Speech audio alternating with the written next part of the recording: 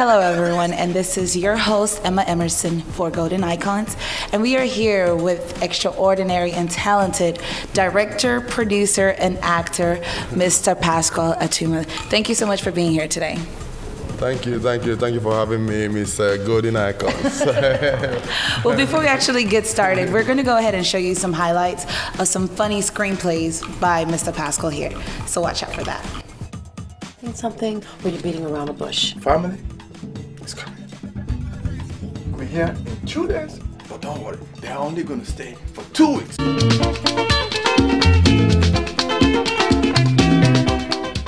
I'm closing my eyes. 1, 2, 3, 4, 5, 6, 7, 8, 9, 9.5, 10. Open your eyes. I bought this for a fool like you. From the writer-director of My American Nurse comes my sister. My American Nurse 2. So thank you so much for being here today, Mr. Pascal.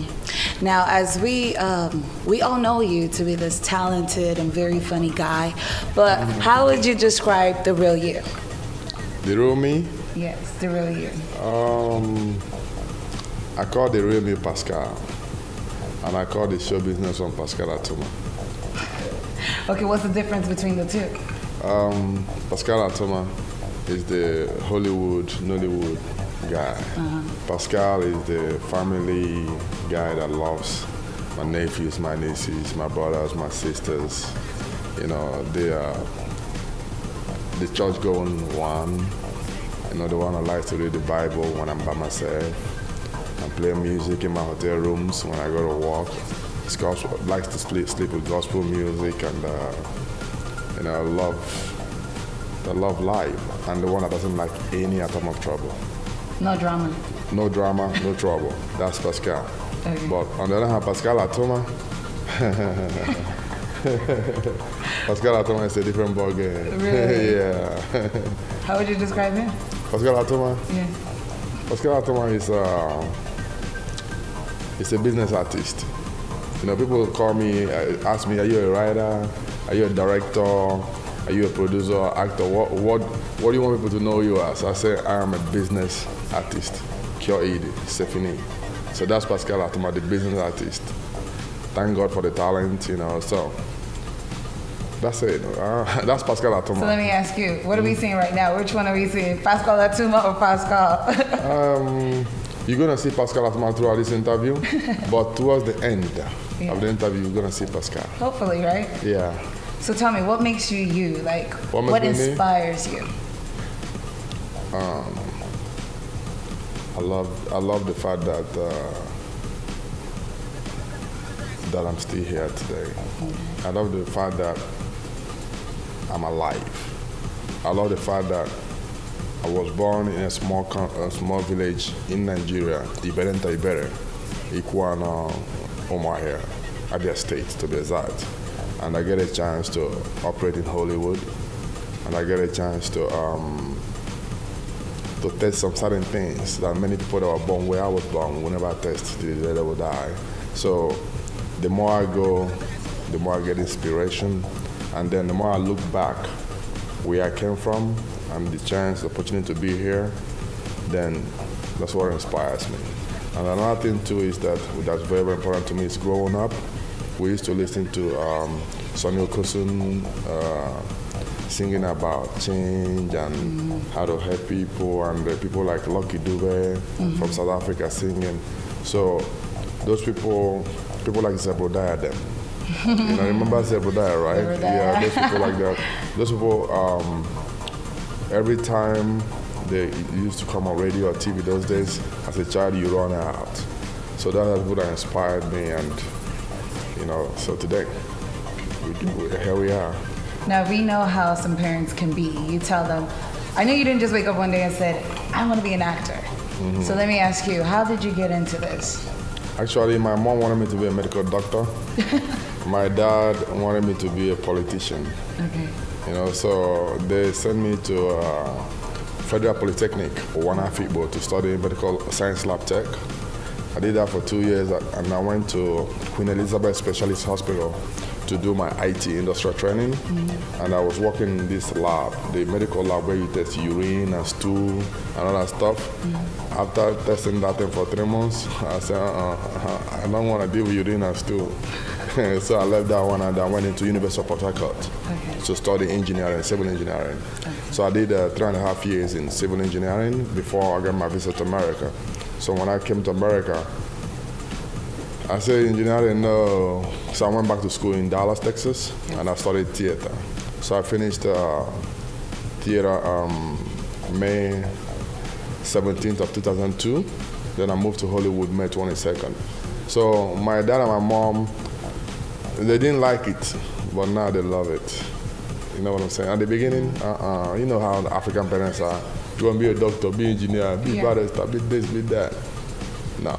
They didn't like it at the beginning. Not only my mom and my dad, my brothers and sisters didn't even like it. You know, everybody wanted the best for their loved ones. And they didn't think show business was going to give us opportunity, you know, to do more, right? Yeah. So they didn't like it at the beginning, but now everybody's on board. Okay. So you just, one day you just decided you wanted to become an actor? No. When I was, it wasn't a one-day affair. My mom, even before we were born, was always been a choir mistress. Okay. So I grew up in the church singing and doing plays and recitation. I don't know if you know about recitations they do in church. Then from there, when I was in secondary school, Government College Omaha, you know, I was in the drama and debating society. So during my, it was our class 3 or class 4, I became the chief speaker for the debating society.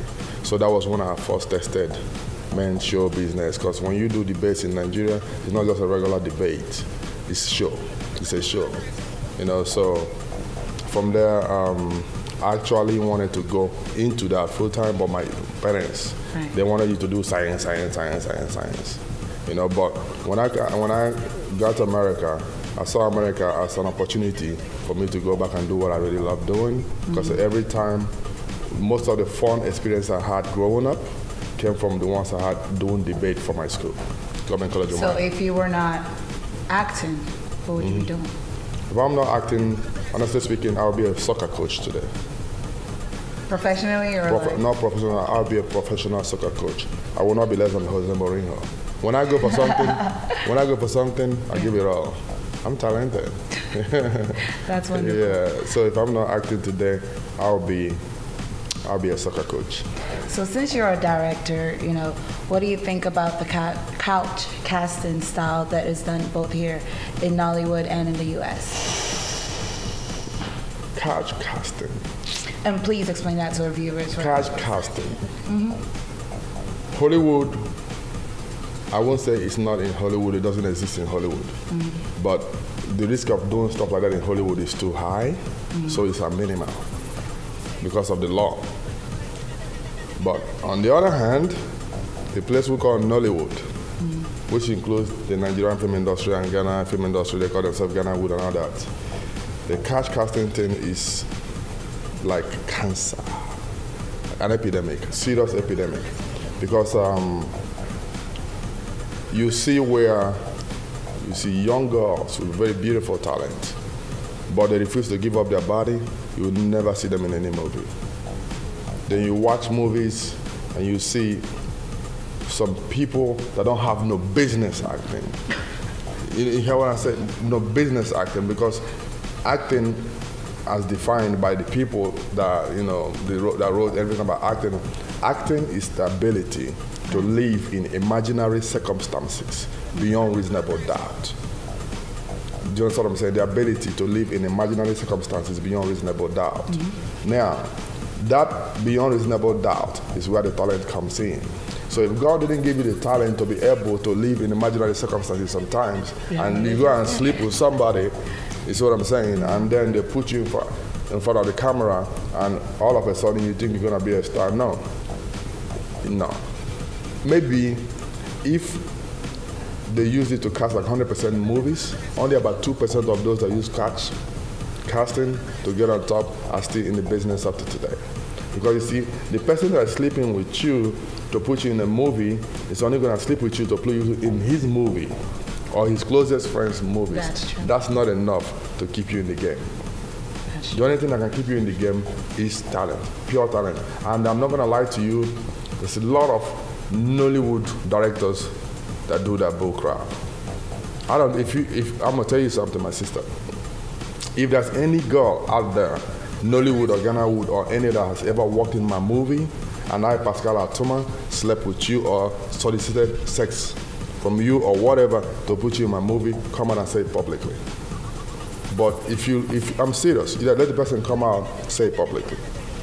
But it was happening in Nollywood, Nigeria, and we didn't really like it, and we complained about it, but now it's actually getting worse in Nollywood in America. In America? In America, it's getting worse. I see it. You know, I work in many movies. I see it in Houston, Texas. I see it in DC, Maryland area. I see it in New York. I see it in Los Angeles. I mean, this was, some of them, you see, I'm in this business for the passion of it, not even for the money. But now, working with different productions and looking at what is going on, I have now realized that some people specifically came into this business to have access to women.